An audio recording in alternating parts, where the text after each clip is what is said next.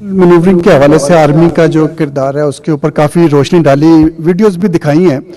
اگر 18ویں ترمیم کو بنیادی طور پر دیکھا جائے تو یہ کام ہیلتھ ایجوکیشن کے یہ کام کرنے کی ضرورت ہے صوبائی حکومتوں کے، اور جو SIFC کے تحت آپ اکنامک ایکٹیویٹیز کر رہے ہیں اور گرین پاکستان انیشیٹو کے تحت زراعت میں کام کر رہے ہیں، وہ کام ہے وفاق کا. ایک تنقید بہت زیادہ کی جا رہی ہے کہ آرمی کا ہر شعبے میں رول بڑھتا جا رہا ہے، تو اس تنقید پر آپ کا رد عمل کیا ہے؟ تو چھوڑ دیں. دیکھیں لائک بھائی، بات یہ ہے کہ جو پاکستان کی فوج ہے یہ قومی فوج ہے. آپ یہ پہلے سوال کریں کہ یہ اس فوج کے جو افسر ہیں، جو اس کے جوانان ہیں، جو اس کے غازی ہیں، ویٹرنز ہیں، اس کے شہداء کے ان کی جو اولادیں ہیں وہ کہاں سے آتی؟ وہ اس ملک کے طول عرض سے آتی ہیں. وہ گلگت سے آتی ہیں، بلتستان سے آتی ہیں، کوئٹہ سے آتی ہیں، کشمور سے آتی ہیں، ملتان سے، پنڈی سے، شہروں سے، گاؤں سے، لکی مروت سے، پشاور سے، ہر جگہ سے آتے ہیں. وہ تمام مذاہب سے بھی آتے ہیں، تمام مسالک سے بھی آتے ہیں. اور سب سے بڑھ کر جو سمجھنے کی بات ہے کہ وہ اس ملک کے متوسط علاقوں سے آتے ہیں، مڈل کلاس سے آتے ہیں، غریب خاندانوں سے آتے ہیں. تو یہ جو آپ کی فوج ہے، اس کے جو افسر ہیں، اس کے جو جوان ہیں، یہ اس ملک کا اشرافیہ تو نہیں ہے. یہ تو وہ گلدستہ ہے جو کہ متوسط اور غریب طبقوں کا ہے، تمام رنگوں کا ہے، تمام مذاہب کا ہے، تمام علاقوں کا ہے، تمام نسلوں کا ہے. اور یہ ایک میرٹ بیس سسٹم کے تحت کام کرتا ہے. اور اس میں جو افسر ہے، جو جوان ہے، اس کی جو پہلی اور اولین بھی اور آخری ترجیح کیا ہے؟ وہ پاکستان ہے. And that is why you see کہ وہ جو افسرز ہیں اور وہ جو جوان ہیں، جو اس کی سب سے قیمتی چیز ہے اس کے پاس، وہ کیا ہے؟ وہ جان ہے اس کی. وہ یہ جان اس ملک کے تحفظ، اس کی انٹرنل سیکیورٹی، اس کی فلاح و بہبود کے لیے دینے کو ہر وہ تیار نہیں ہوتا. اور یہ جو تسلسل ہے جانے دینے کا، یہ 1947 سے چلا آ رہا ہے اور چلتا رہے گا انشاءاللہ. لیکن اس کے لیے the all credit doesn't go to اس.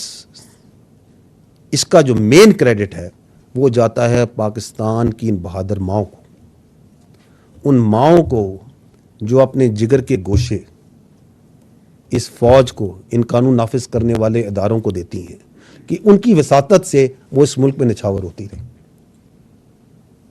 تو یہ جاننے کی بات یہ ہے کہ یہ جو آپ کی فوج ہے، یہ کسی خاص ایک سیاسی سوچ، ایک زاویے، ایک گروپ، ایک پارٹی، ایک مذہب، ایک مسلک، اس کو تو لے کے نہیں چل رہی نا.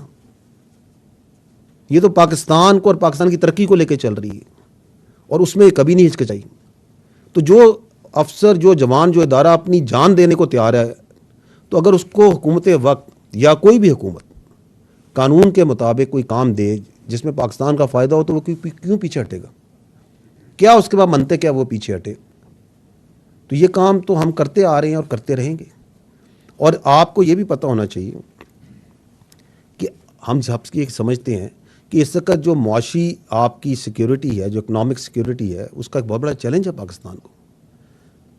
تو اگر یہ معاشی سیکیورٹی واقعتاً ایک چیلنج ہے، تو حکومت اگر قانون کے مطابق فوج کو کوئی کام تفتیش کرتی ہے تو فوج اس میں ہمیشہ بڑھ چڑھ کے حصہ لیتی ہے.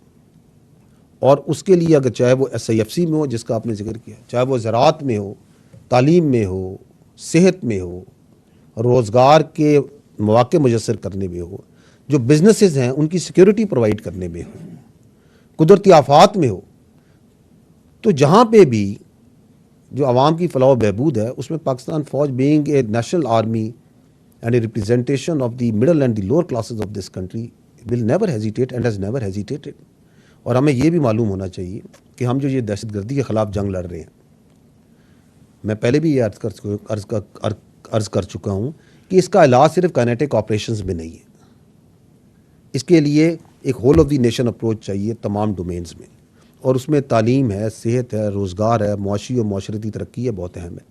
تو آپ نے بھی دیکھا ہوگا میری بریفنگ میں بھی کہ جن جگہوں پہ فوج کی ڈپلائمنٹ زیادہ ہے، جن علاقوں میں انٹرنل سیکورٹی پہ ہمارا زیادہ تعیناتی ہے، وہیں پر ہمارا زیادہ فوکس ہے ان پروجیکٹس کے اندر. And the question also is کہ is it the Pakistan army کیا دنیا میں ایکسکلوسیو آرمی جو یہ کام کر رہی ہے؟ اگر آپ نگاہ ڈالیں تو پوری دنیا میں بیشتر ممالک میں ان کی افواج جو معاشی اور معاشرتی پروجیکٹس ہوتے ہیں ان میں اپنی حکومت کو اور اپنی عوام کا ساتھ دیتی. اس کی متعدد مثالیں ہیں. فرق صرف یہ ہے کہ وہاں پہ ان کے اس کام کو قدر اور ستائش سے دیکھا جاتا ہے. ہمارا مسئلہ یہ ہے کہ ہم اپنے سیاسی مقاصد کے لیے، اپنے مذموم نیرو انٹرسٹ کے لیے اس کو تنقید کا نشانہ بناتے ہیں. اور یہ اس لیے ہوتا ہے کیونکہ یہاں پہ ایک مافیا ہے. مجھے افسوس کے ساتھ کہنا پڑتا ہے کہ یہاں پہ ایک مافیا ہے جو یہ نہیں چاہتا کہ پاکستان کی عوام ترقی کرے اور اس کی فلاح و بہبود ہو. وہ مافیا یہ سوال تو نہیں کرتا کہ جس اشرافیہ کی ذمہ داری ہے کہ تعلیم کو یقینی بنائیں، صحت کو، روزگار کو، بزنسز کو یقینی بنائیں، وہ ان پہ سوال نہیں کرے گا. وہ یہ سوال نہیں کرے گا کہ ان چیزوں کی وجہ کیا پرابلمز ہیں، کیا ایشوز ہیں جن کی وجہ سے یہ چیزیں عوام کی فلاح و بہبود نہیں ہو رہی، اور کس طریقے سے ان مسائل کو ہم مل کے حل کر سکتے ہیں. اس کو تکلیف اس بات پہ ہے کہ فوج کیوں عوام کی فلاح و بہبود اور ترقی اور پاکستان کو آگے بڑھنے کے لیے کام کر رہی ہے. کہیں خدا نہ خواستہ اس کی وجہ یہ تو نہیں کہ یہ مافیا سمجھتا ہے کہ اس کی کامیابی عوام کو مجبور اور غریب رکھنے میں ہے تاکہ اس کا استحصال کر سکے. میں پہلے بھی اس فورم پہ کہہ چکا ہوں اور میں آج دوبارہ یہی بات کہوں گا کہ جب آپ کے گھر میں آگ لگی ہو تو سوال یہ نہیں کرتے کہ تم آگ بجھانے کیوں آئے ہو. ہاں، وہ یہ سوال ضرور کرے گا جس نے یہ آگ لگائی ہے یا اس کو اس آگ لگانے میں فائدہ ہے. ضروری یہ بات ہے کہ اس سوال کو کرنے والے کو اور اس آگ کو لگانے والے کو پہچانیے. کیونکہ پاکستان انفارچونیٹلی بدقسمتی سے وہ یہ سمجھتا ہے کہ پاکستان کی تباہی میں اس کی کامیابی ہے، اور ہمیں یہ چاہیے کہ ہم اسے پہچانیے، اس مافیا کو پہچانیے اور اس کو یک زبان ہو کر ایک جواب دیں کہ تم جو کچھ کر لو، nothing can and nothing will stop us from doing what we do. So we can take the next. YouTube per googly news دیکھنے کے لیے youtube.com کی سرچ بار میں گوگلی نیوز TV ٹائپ کریں. گوگلی نیوز کے page پر سرخ رنگ کے سبسکرپشن والے بٹن